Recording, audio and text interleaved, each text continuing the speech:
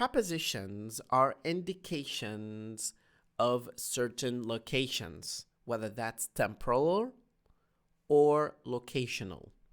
Some prepositions refer to time, some prepositions refer to location, and they are called preposition because they come before position. Let's have this example. The astronaut flew to the moon in a rocket.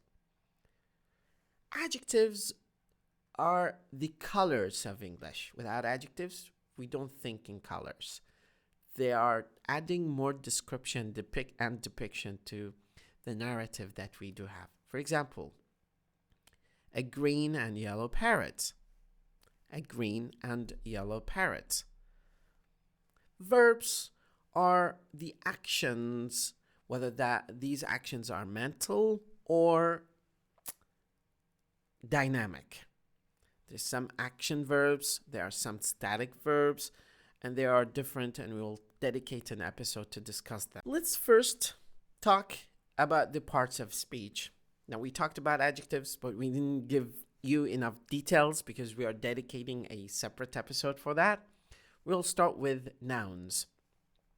The things, animals, and people in the world around us all have names, and these names are called nouns. Let's have an example. Leaf, tree, branch. For tiger, stripes and fur. For castle, tower, window, tractor, wheel, cap, dinosaur, tail, claw.